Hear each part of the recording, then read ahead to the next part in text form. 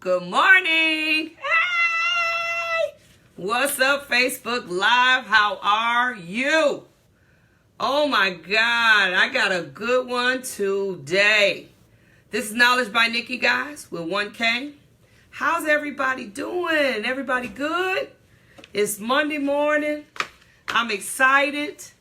Oh my God, I have been studying economics, spending habits, different generations, how they spend, how they save. I have been studying these things. I've really tried to make sure that I understand, so when I talk to you, I can tell you from a place of where we are today. You know, where are we today? Because for my salon owners that are out there that are listening to me, for anybody new, this is Knowledge by Nikki with 1K. It's different today. You know, things are different. People spend different.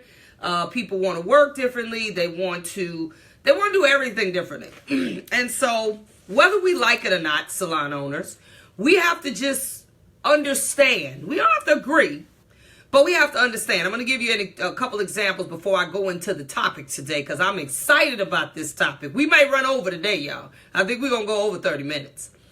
But I went in Office Depot or Office Max, they're the same store now. And I normally do everything Amazon price match. That's what I do. Everything. I mean, I got my phone, I got the app, you know, reading barcodes and all of that, because, you know, I may need it now, but I want to pay what Amazon charges for it. So I went into Office Depot and they simply told me, they said, we no longer price match, period. We just not going to do it anymore. Amazon is going to put people out of business, this, that, and the other. And so they were like angry about it. And so I basically said to them as nice and professionally as I could, I said, you know, I understand your feeling. I said, but to not price match makes no sense, because Amazon ain't going nowhere. When you get through being mad, I was talking to the manager, Amazon is not going anywhere. So if you can't beat them, you might as well join them and get some of the money that I and other people would give to Amazon, because you not selling me this ink cartridge for, I think it was maybe about $35 cheaper than what Amazon sells it for, is not going to force me to buy it. It's going to make me stand right in your store and hit buy now on Amazon and wait. That's what it's going to do. So she didn't agree. Okay, that's cool.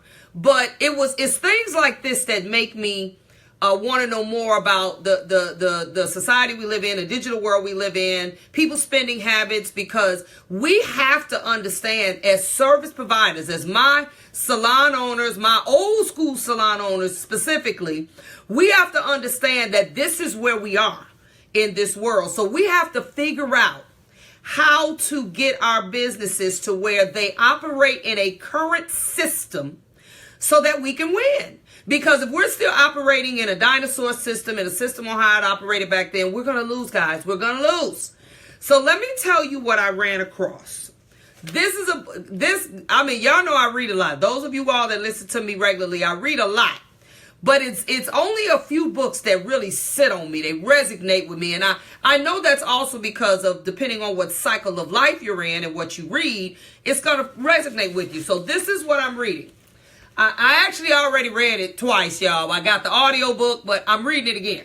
Y'all see this? I know it's backwards, but it's called Essentialism.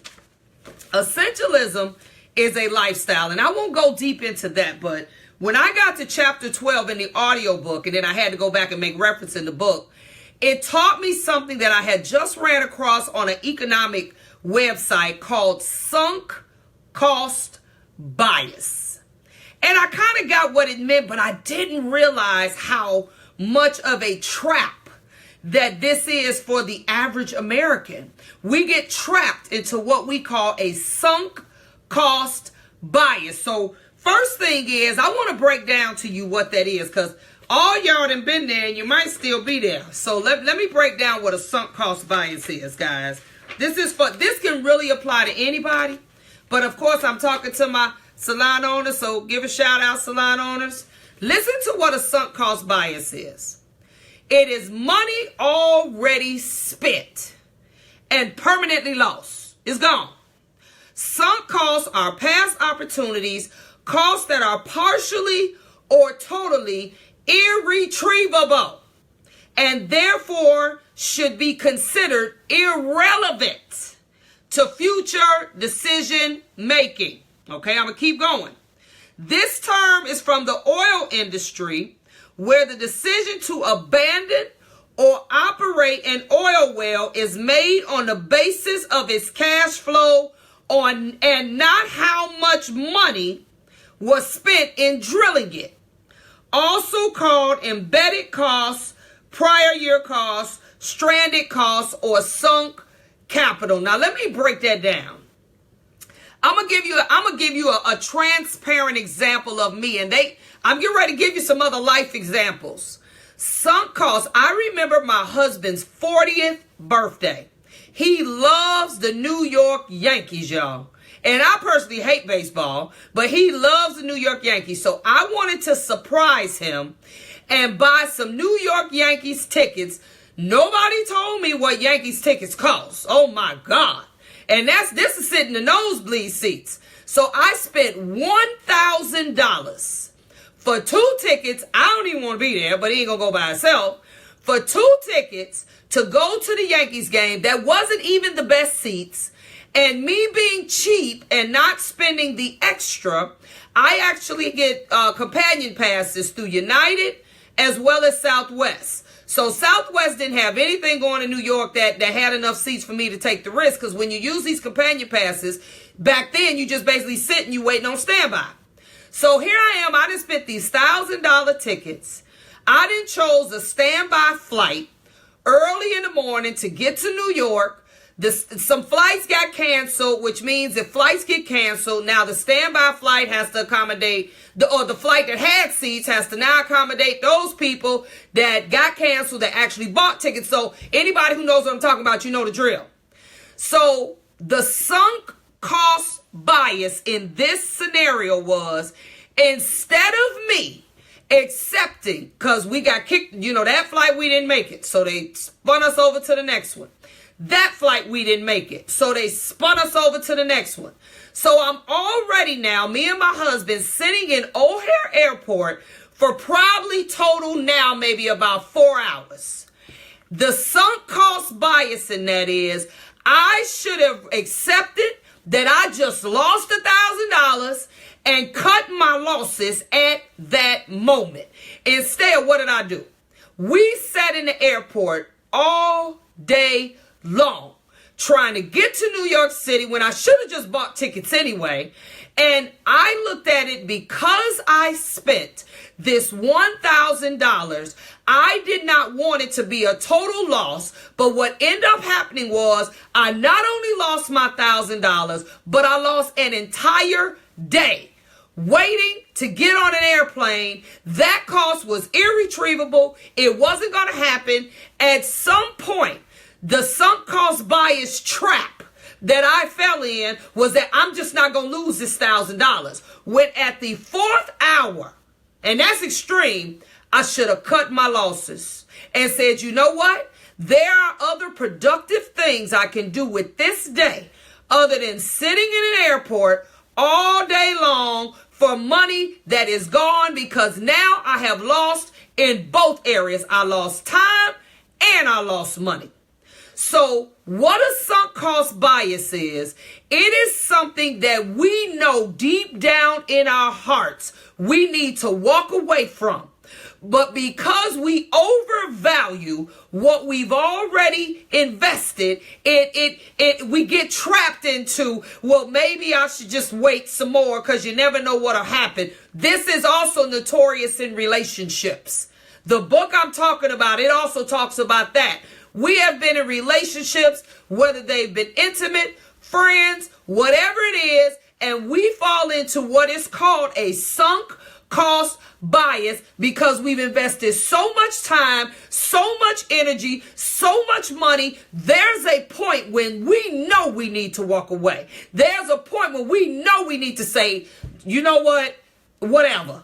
keep the 1,000, keep the whatever. There's a point when we know we need to cut our losses. And I'm going to get ready to read some traps to you. But the sunk cost bias trap makes us overvalue and overestimate what we've already put into it is worth. And therefore, there are people that spend their entire lives chasing what they've already invested. Did you all know that? There are people that have wasted years in business, personally and otherwise, thinking I've invested too much to walk away. There is a time when you got to know, just like a card game, when to hold and when to fold. This example I give, it even talks about gambling. You sit at a slot machine for half the day, spending your money. You will sit there for another half of the day, figuring out and invested too much in this machine to walk away. And what ends up happening is you lose twice as much money. So we have to learn how to not fall into these traps. And when do we walk away? I'm getting ready to read some, because this was good to me, because I get it. Okay, listen, y'all, I'm reading. Are you a victim of sunk cost bias? I think all of us have been. Some of us still are. Persisting with bad decisions due to your irrational attachment to the cost that can never be recovered. It has become so common that you find them just about anywhere. Big organizations, I typed a whole lot out. Y'all had to get this. Big organizations and government excel at this. Do you know that the government, well, let me just read. I'm paraphrasing. A government that insists on war, so the lives and money already spent are not wasted, literally lets themselves fall into what we call a sunk cost trap. They literally have spent all this money for war. They done dispatch all these people out with intention of a war. So therefore, they like, let's go to war anyway, because we didn't put too much into it tonight. That's crazy, but we all do it, right? The fact is, sunk cost traps or sunk cost bias, and I want you all to look it up, it's a whole lot of info on it, are what we call mental traps. They are traps that if we are not careful, they will literally have us where we will stay connected to something that we will never redeem. We will never get a return on investment or ROI, like we talked about last week, on this particular thing, because it just may not be where the world is now in business. We're talking about stuff we invested in 10 years ago, but they don't work no more. That doesn't work anymore. When are we going to cut our losses? Let me keep going. The fact is that it's a mental trap. It permeates our decision making and affects not only our organization, but it deeply affects us on a personal level also. Check out these examples. I gave you my example because I should have got up out of that airport. We spent 10 hours, y'all, in that airport trying to get on a flight that we never got on. So I lost 10 hours and $1,000. Okay? I should have cut my losses at 2 hours, really. Bad overall life decisions. These are some examples. What would you say about persisting on an unfulfilling job or career just because you invested so much time in it? Or persisting on a bad relationship just to make all those years worth something? These are the saddest cases of the sunk cost effect that I know, since people can literally waste years, if not their whole lives, because of it. Okay, I ain't done yet. Bad financial decisions. Do you know anyone who refused to sell something for a perfectly good, reasonable price just because they spent so much money on it? So what? Let it go. Maybe property, stocks, whatever. What about, I already gave you this example, what about casino gamblers that simply won't quit claiming they need to make the money they already lost?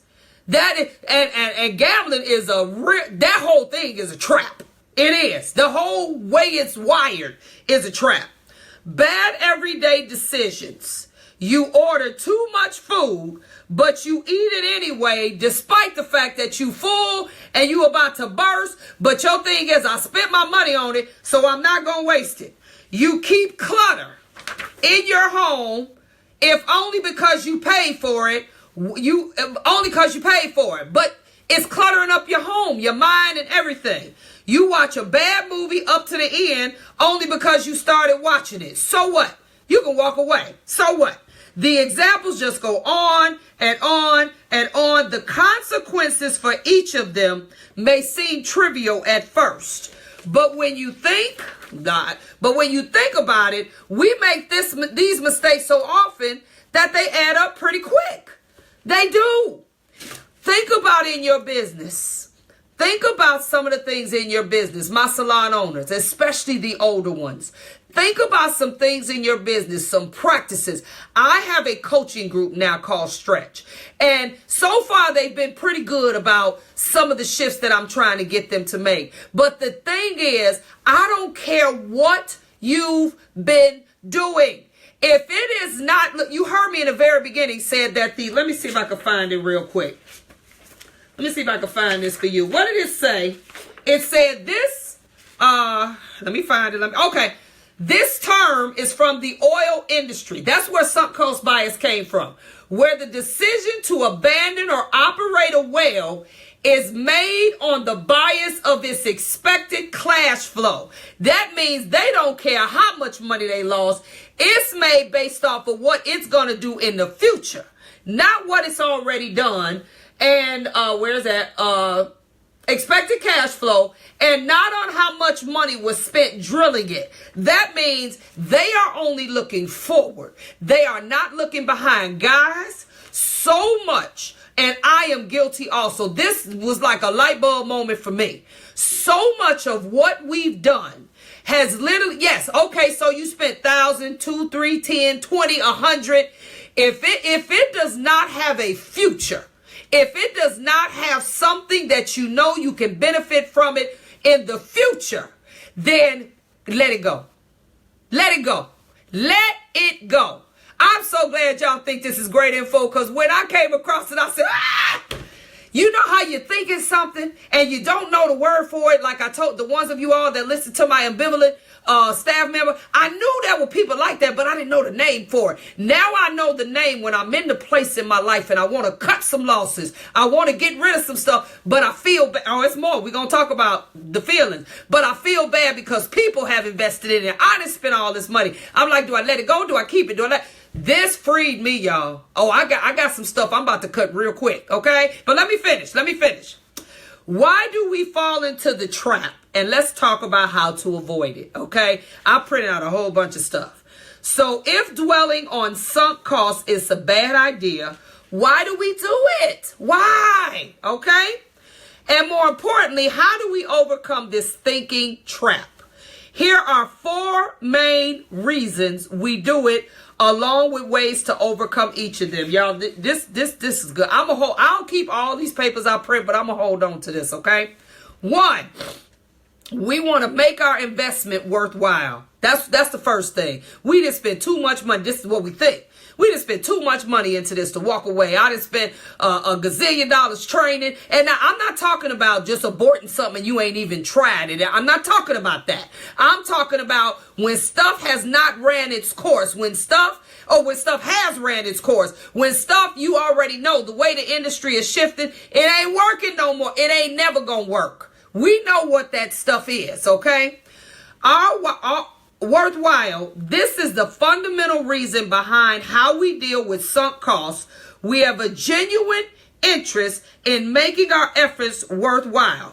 I'm reading all this, y'all. We don't want to feel that we spent anything in vain. Time, money, anything. However, even if we know deep inside, we know our approaching is wrong, we know it ain't worth nothing, we still have a problem or trouble abandoning it. We still, Lord, we like, Lord, oh my God. But let me tell you something, when you really do it, it's so freeing. It really is. Because I'm already there since I read this. Solution.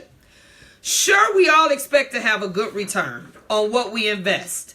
It would be insane to not. Just make sure you're not sitting on a situation, or you're not on a situation solely because you made the investment in the first place. You don't want to make a bad move any better by dwelling on it unless you can effectively make something that changes the expected outcome. That means if you look at it and say, okay, two things gonna have to happen here. Take your salons. I've told you all this with I did the new blueprint back in the day. Okay. It ain't necessary that I need to necessarily move, go get more space, go spend some more money on overhead. That might not be the answer. But what can I change in my salon so it's just not so services is not the only thing that it do? What are some of the things I can incorporate right here where I am that can change the expected outcome? What are some of those things that I can do before you say this investment is a dead end? Because a lot of you all have gotten there with your salons. You couldn't figure out how to change the expected outcome, and you said, I'm done. And you quit salon ownership. In some cases, maybe that was good, because I do not believe everybody is meant to be an owner. But in other cases, you may have been able to change the expected outcome. You just didn't know how. Okay? Stop. Let me keep going. Stop spending resources on a bad move. Throwing good money after bad immediately, and start spending these resources on a new one. Did y'all hear what I said? Listen, I'm going to say that again. I talked about that last week. Stop spending resources on a bad move. Throwing away good money after bad immediately, and start spending these resources on a new one. This is what I kind of talked about last week, about when you don't at least maximize what you have. Now, if it's time to cut the losses, cut them. You know when. But if you have something and you keep chasing something else and spending some more money because you have this idea, this mind trap of whatever it should be, and it's a sunk cost bias, only because, not because your shop is a sunk cost bias, but it's the way you're approaching it and the way you want to do business that is a sunk cost bias. So instead of changing and creating a different expected outcome with that, you just go get a bigger spot and a bigger spot and a bigger spot with this same sunk cost bias mind trap that is going to do nothing but keep you behind the 8 ball, because this didn't change. More space does not change the way you think. It doesn't. Okay, we talked about that last week. So it says, cut your losses and move on. Okay? The second, this is also real. This is honestly probably worse than the first one. We fear failing and looking like failures and looking foolish. We fear shutting stuff down just for the mere fact that, oh my God, let me tell you, when I shut my last salon down, and I was doing fine. It was a guy named Dondy Martin. If he ever hears this, I don't know if I ever told him it was because of him that I shut it down. I was in what you call a sunk cost bias mental trap. I felt like at the time that with my resume and the things that I was being asked to do, that I was supposed to still have, I owned salons for 21 years. I was supposed to still have salon ownership on my resume. It was Dondy Martin that told me, he said, Nick, you ain't got nothing else to prove. You have done it well. Your life has evolved in a different direction. You teach it. You ain't never there no way. You teach it. You're flying. You're over here, over there, doing this, doing that. He said it's time to turn the page. You don't need that anymore to prove to people that you can do it. You've done it well for 21 years. Now dedicate more of your time to helping other people know how to do it. Move on. Close the book. You got a whole responsibility you don't even need anymore. Keep moving. It was him that inspired me to say, done. I walked in and I told all my workers, in 6 months, I'm out of here. Deuces. They're like, where you going?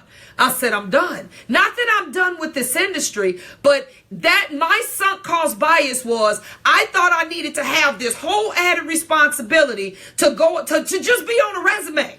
It wasn't even that it affected anything else, but it was like, it did affect my time. I obviously had to deal with that, had to deal with, when the furnace goes out, when the air conditioner, I still got to add a responsibility. It was him that convinced me, don't keep yourself in that trap. Move on. You've done it. So he gave me the strength to say, I'm done, deuces, I'm out 6 months, I'm out of there. And I went and worked in a suite.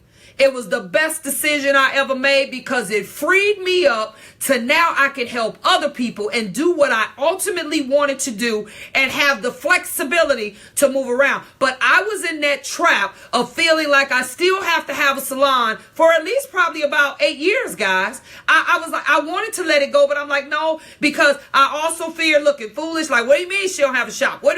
Please. Now I tell people I did it for 21 years and I can tell you how to do it. Okay? So that was my sunk cost trap. Listen to this. We live in a success-oriented culture. And then we have to define what is success. Is it just having a bunch of stuff? You know how many people got a bunch of stuff and look successful, but at the end of the day ain't got a dollar, can't pay their bills because it's all tied up in stuff. And especially if it's depreciable stuff. It ain't even investments. It's just stuff to look good. That does not mean you're successful. Okay? Cutting losses means admitting you have made a mistake or it is time to evolve.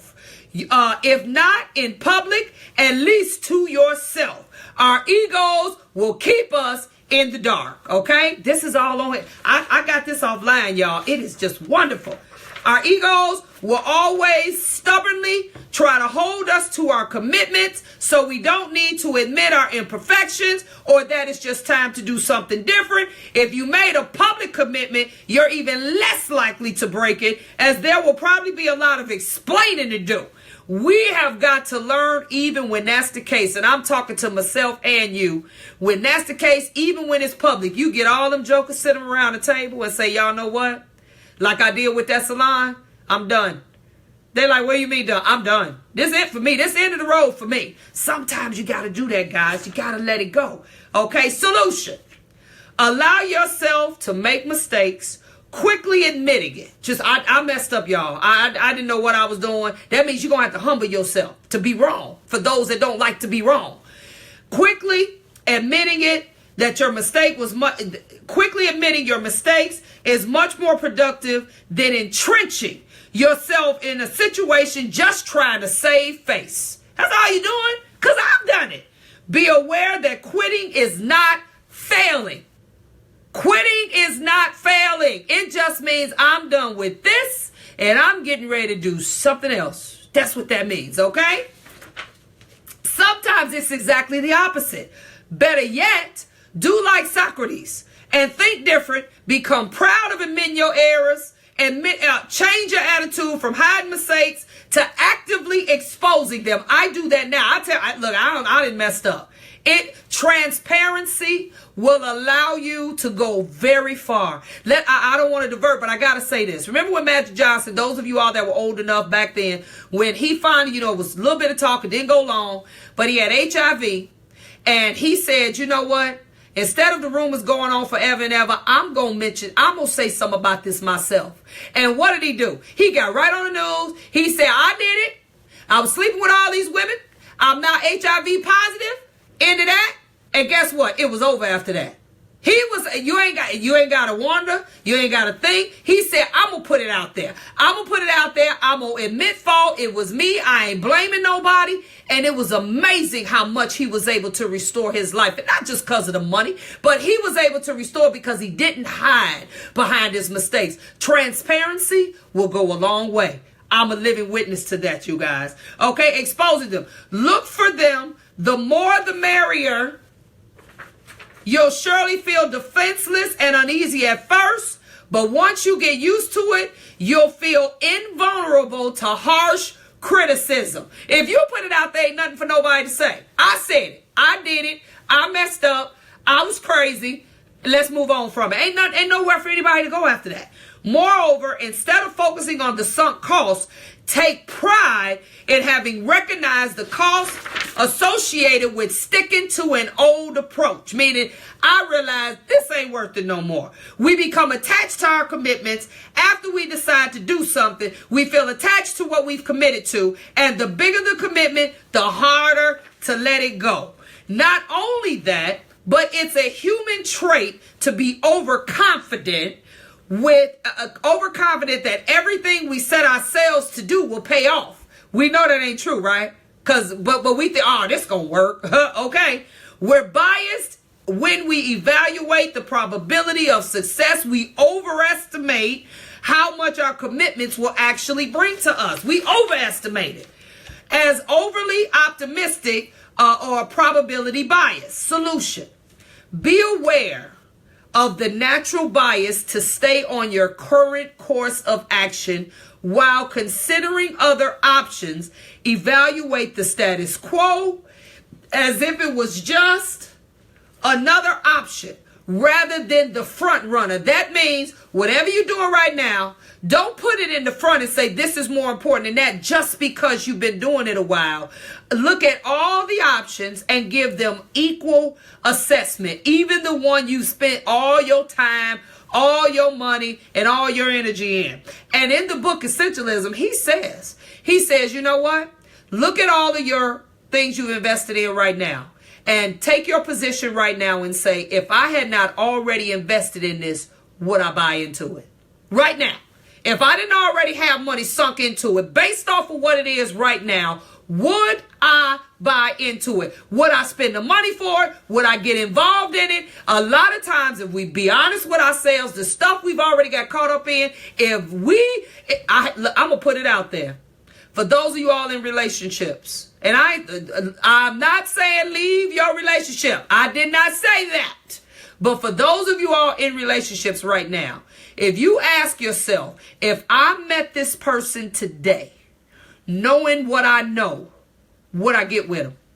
Would I connect with them?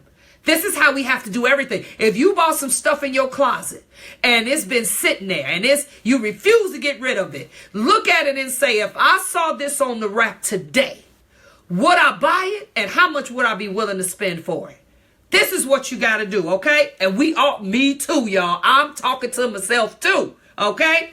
Also try to detach yourself emotionally from your past decisions.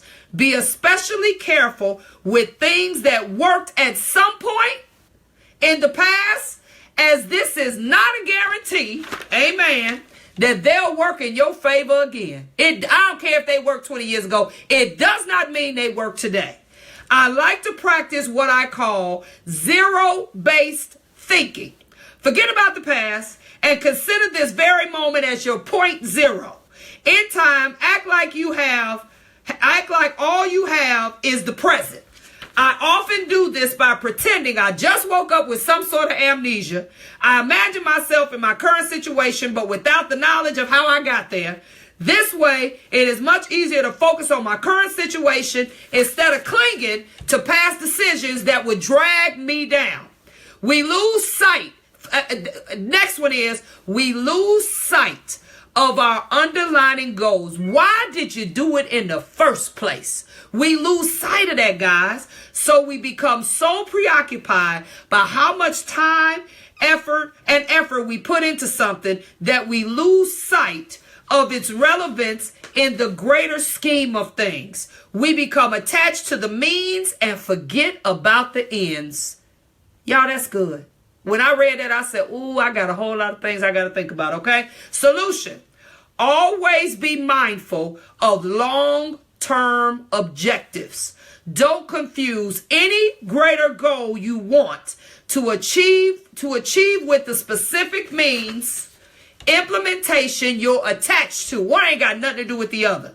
Don't get caught up in justifying your current actions. Move away from the basketball game example. Suppose your original goal was to have fun, so you rented a movie. If the movie turns out to be a bad one, don't forget that your goal was not to spend 2 hours watching a movie, but to have fun. So turn it off and go have fun somehow. Be done with it.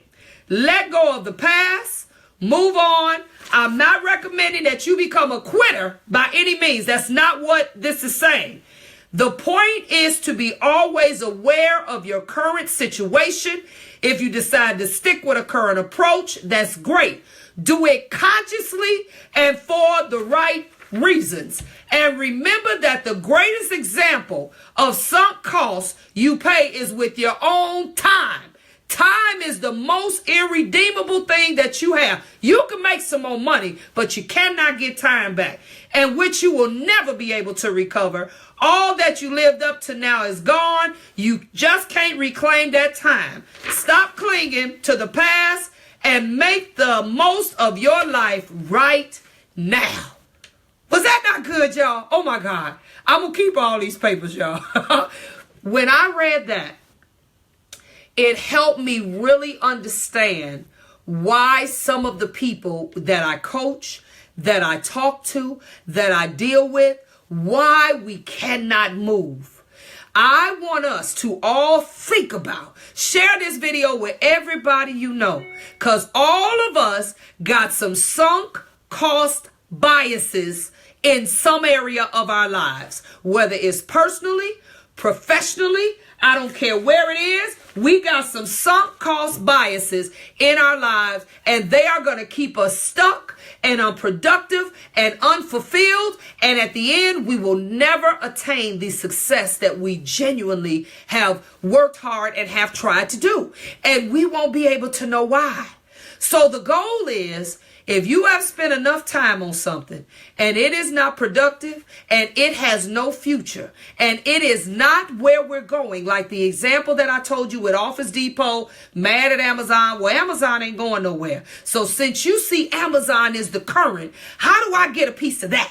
How do I start thinking like they think? I remember when the nail industry, the Vietnamese nail industry came out. And they came out with a flood. I mean, like a flood. They literally. I remember telling some of the black nail technicians that were still doing real good at the time. I remember telling them, don't be mad at them. Look at some of their principles. Look at some, because they're doing something right. Look at some of what they do and start examining how you can maybe implement some of these things into your business so you cannot lose everything and have to now not do nails anymore. But, you know, I remember they came out using the drill. I remember it was the Dremel. I remember it was 1,000 nail technicians. I ain't using no drill. I'm going to use files. I ain't drills, drilling to your nail bed. Now, what's funny, if you can find a black nail technician today, guess what? They all using Dremels. But some of them did it too late. Don't get mad at some new thing that's taken over where the world is today. You need to examine that new thing. What is it about this new thing that people are all of a sudden attracted to? What is it that they obviously want? Okay, I may not do everything like they do, but you need to make some shifts. You're going to need to make some shifts or you're going to die. I told Office Depot, Office Max, whichever one I was in, I told them, I said, I understand. You mad at Amazon and now you're refusing the price match, but all that's going to happen is Amazon's going to keep growing. And you're going to have more and more, or less and less, should I say, people coming to the store because I don't even go there no more because I know they don't price match. So I just buy it on Amazon and wait.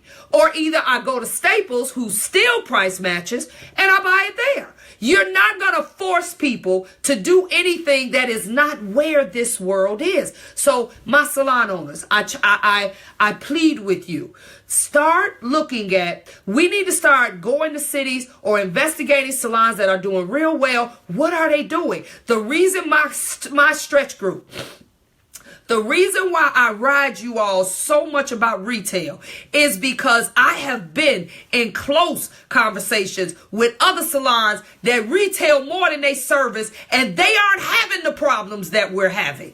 They aren't having the problems that black salons are having with finances and capital because they figured out, and that's just one thing, they figured out that retail is, you cannot not do it. And you cannot not do it on a large scale. You have to make sure that your salon has more than one revenue stream, and hopefully has a bigger revenue stream than even the ability to have to deal with a bunch of people. You might be able to scale down people and offer more retail. That's just one thing. But these are the salons that are succeeding today. That's just one thing that they have. So these she poo poo salons and these spaces in these salons where you got this big pretty furniture for people to sleep, no, that's not going to work. We need to look at what's working and make the necessary shifts, period. If that means we got to give up some stuff, sayonara, arrivederci. Don't worry about what people going to say. It don't matter. Be transparent. Say, look, this ain't working for where I'm going right now, so I need to cut the losses. If it's about people, give them time, disperse them out, whatever you can do, and then move on. That's what it's about. At the end of the day, we have to be willing to do what works. And I just thought this was a very applicable subject to life, to business. I knew that these were things that I had even become in a mind trap with. Now, I'm a little different now. I don't hold on to stuff too long. I become in a mind trap for a minute, but then after a while, it's like, okay, be gone. But I don't even want to waste any time like I did at that airport, sitting there for 10 hours trying to save $1,000. But what I gave up was 10 hours of time that I probably could have made $1,000 in that 10 hours. While I'm sitting up here trying not to waste it, I probably could have made $1,000 in that in that cycle. You see what I'm saying? So it becomes extremely necessary for us to be honest, if with no one else but ourselves, that I am in a sunk cost bias trap. Okay? You know what? I want you all to come to my conference, my Salon Owners Conference. I'm going to be these things that I'm accumulating in my Facebook Lives. You know, I wasn't even going to speak at the conference, but they told me I got to speak. It's just impossible for me not to speak. So I'm going to be dealing with a lot of this. I'm the one that's speaking about a lot of stuff. And then I have obviously the financial planner, the person that's going to deal with you about wholesaling and retail. I got all these different subjects with seven speakers that are going to be speaking to you about everything. I want you all to get there. Direct message me at Nikki Smith Madison, or you can go to my designated text line. Somebody put that up for me, 708-798-7900. I got the best deal going. I want you all to get this thing. What I just told you ain't got nothing to do with cutting, coloring, weaving, nothing. But it is something that will change and kill your life and your business if you don't get it. So somebody put the text number up for me, 708-798-7900. These are some of the things I personally am going to be dealing with. Thank you all for putting the number up at my Salon Owners Conference. I got the best deal going right now, guys. You can pay $33.33 for 33 weeks. It don't get no better than that. It includes your hotel. It includes your breakfast and your lunch. It is at the Chicago Midway Airport. All you do is get off the bus, get off the plane, get on the shuttle. Shuttle take you to the door. You come on out, and that's it. That's all you do. Get there, guys. I made this conference cheap because I wanted us to get it. Now, it ain't going to stay cheap. But this year, the total cost you pay is $9.99. That's it. But I got easy payments, $33 for $33.33 for 33 weeks. It don't get no better than that. Your hotel is included. Now, this is a shared hotel. So if you do want a private hotel where it's your own room, you don't want to sleep with nobody, that's fine. It's just an extra $75. That's it. And this is a very, very nice hotel. The event is November 4th and 5th. This year in Chicago. It's at the Chicago Hyatt Place Midway Airport. Beautiful hotel. They serve real breakfast, real lunch, dinner you on your own. Okay? But it's in a great, I'm keeping this at an intimate setting. I am halfway full. I am only doing a certain amount of people. We're already at the halfway mark. We were at the halfway mark as of 2 weeks ago. So please get it. $33.33 for 33 weeks. I want you all to get this. We have got to get out of some of these traps. But I also realize in order to get out of some of these traps, you have to kind of know what your options are. The conference, it's not just me. It's many other professionals there. We're going to be able to work with you kind of one-on-one, get your head in the right space, give you some direction, some actual tangible, relevant things you can use the minute you get up out of there and help build these businesses. I say this because I don't want to see our salons die. It's called the Salon Owners Strategies Conference, or SOS, Save Our Salons. I am doing this because I still love this industry. 30 years later, I still want it to survive, but it cannot survive or sustain the way that it's going. These salons cannot be operating the way they're going, or you have nothing for a person coming into your salon to aspire to. You gotta offer more than just a chair and some lights and some water and the gas, and that's it. It has to be more to it than that. So we got to look at the way business is done now. We are no different just because we're a service business. We have to start making these shifts and these provisions so our salons now become so enticing to people that we got a wait list. And then people, even if they don't stay forever, you got a constant a list of people that are running down your doors trying to get into it. But we got to learn what we need to do, or the salons are going to die.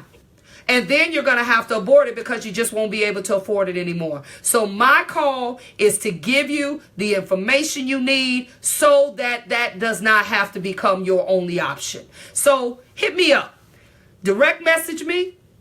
That's right. Shift the atmosphere, Jamie. Direct message me, or you can hit me up on 708-798-7900. I got pay links. I can send you the flyer. I can send you the information, whatever it is that you need. I actually, when I get off this phone, I am sitting down with the company that's going to help me get my website, because I usually have somebody else to do it, but I'm going to do it. I'm going to learn how to do it myself.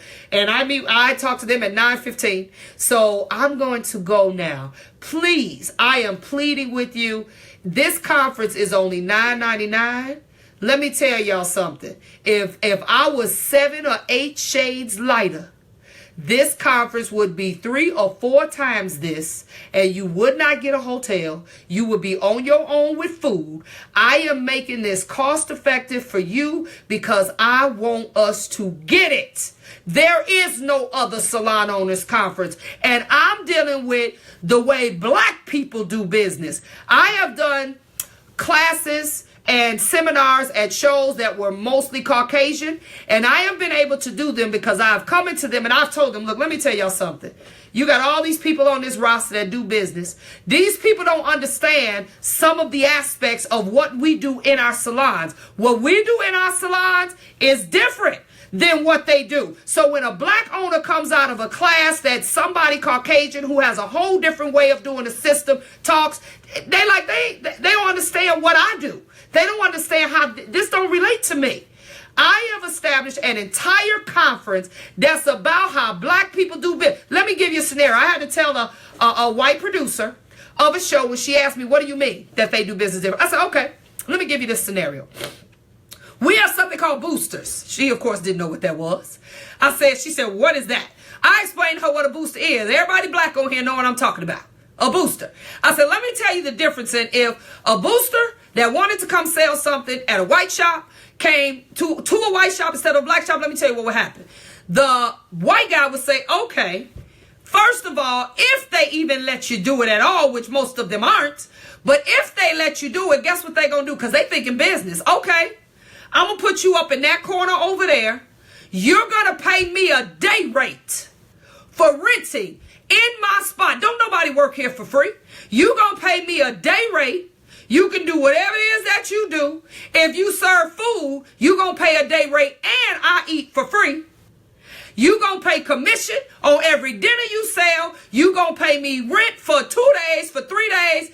I told her, I said, you know what a lot of black salons do? They let them come in, sell a bunch of stuff, and walk out the door.